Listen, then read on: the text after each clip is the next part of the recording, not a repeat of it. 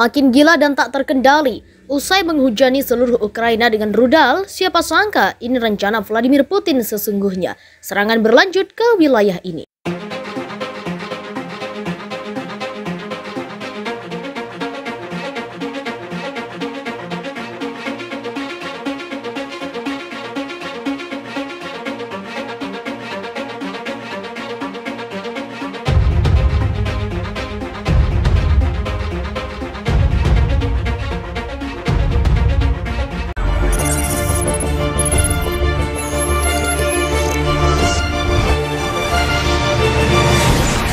Presiden Rusia Vladimir Putin memberikan lampu hijau untuk melakukan serangan skala penuh ke Ukraina pada Kamis 24 Februari 2022.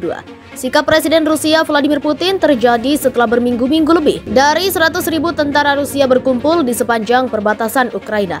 Sejauh ini Ukraina telah mengklaim pasukan Rusia telah menghancurkan infrastruktur Ukraina dan aset fisik lainnya senilai setidaknya 76 miliar pound sterling saat rudal menghujani kota-kota di seluruh negeri. Hal ini menyebabkan lebih dari 2,3 juta orang melarikan diri dari Ukraina menurut perhitungan PBB. Sikap Rusia yang semakin gencar menyerang Ukraina telah membuat Rusia dijatuhi banyak sanksi. Dilansir dari express.co.uk pada Jumat 11 Maret 2022, Inggris terus menghancurkan Rusia dan Putin dengan hukuman ekonomi yang berat.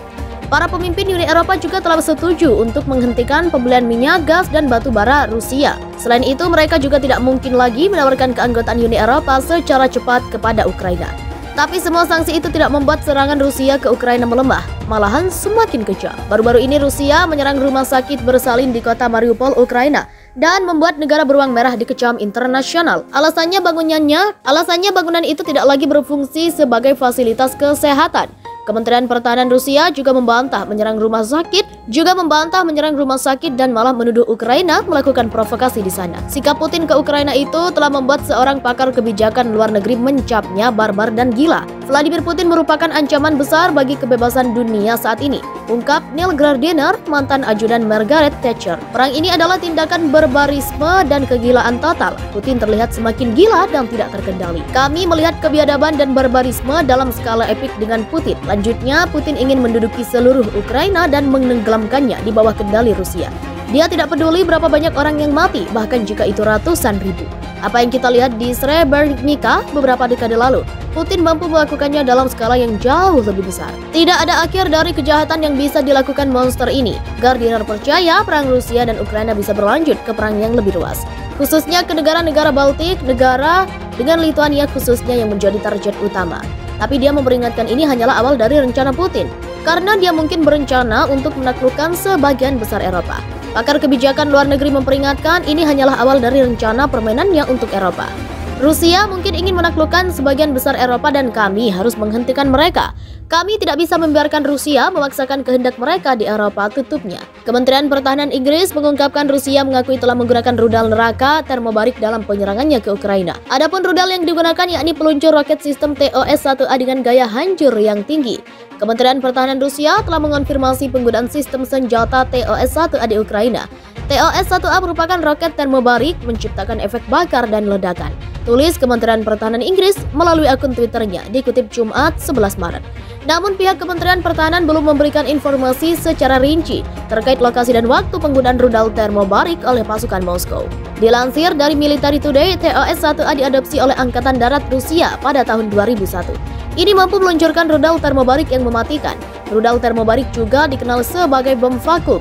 Penggunaannya membutuhkan pasokan oksigen yang cukup sehingga tidak bisa dipakai di dalam air, di dalam ruangan tertutup dan di kondisi cuaca buruk. Selama peperangan yang terjadi sejak 24 Februari lalu atau berjalan 2 pekan, klaim Ukraina sangat mencengangkan. Bagaimana tidak, sejak melakukan perlawanan terhadap Rusia, Ukraina mengklaim telah membunuh sebanyak 12.000 pasukan Rusia. Tak hanya itu, sejak meletusnya perang, Ukraina juga mengklaim telah menghancurkan ribuan kendaraan militer Rusia. Di antara ribuan kendaraan militer Rusia yang dihancurkan adalah kendaraan militer Rusia yang berhasil dihancurkan di antaranya 49 jet tempur, 81 helikopter, 335 tank, 1.105 kendaraan lapis baja, hingga 123 sistem artileri, 56 sistem peluncuran roket, dan 29 sistem perang anti-pesawat. Klaim ini datang dari staf umum Ukraina pada Kamis 10 Maret 2022. Selain itu, pasukan Rusia telah kehilangan 526 kendaraan, 3 kapal pemotong, 60 tangki bahan bakar, dan 7 UAV di tingkat operasional taktis di Ukraina. Data ini berbeda dengan yang disajikan pejabat intelijen AS kepada Kongres AS. Disebutkan jumlah tentara Rusia yang tewas mencapai 2.000 hingga 4.000 orang. Akibat perang itu, Rusia menuai banyak kecaman internasional dan mendapat ribuan sanksi keuangan dari banyak negara.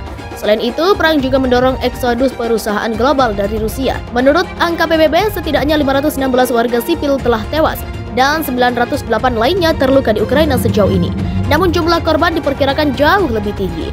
Sementara Badan Pengungsi PBB menyebut lebih dari 2,1 juta orang telah meninggalkan Ukraina menuju negara-negara tetangga guna mencari keamanan.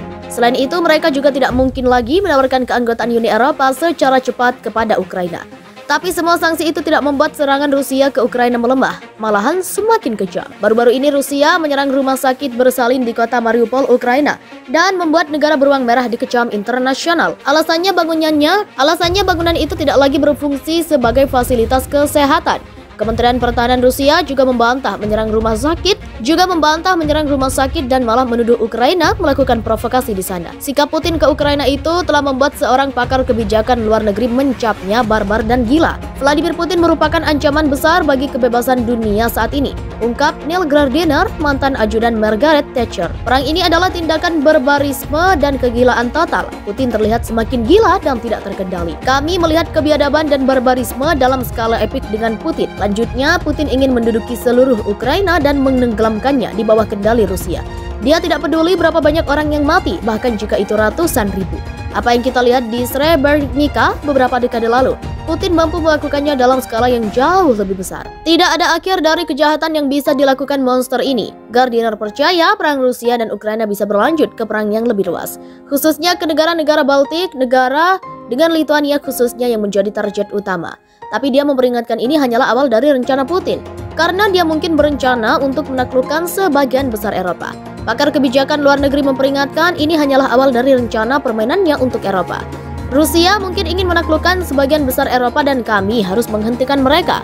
Kami tidak bisa membiarkan Rusia memaksakan kehendak mereka di Eropa, tutupnya. Kementerian Pertahanan Inggris mengungkapkan Rusia mengakui telah menggunakan rudal neraka termobarik dalam penyerangannya ke Ukraina. Adapun rudal yang digunakan yakni peluncur roket sistem TOS-1A dengan gaya hancur yang tinggi.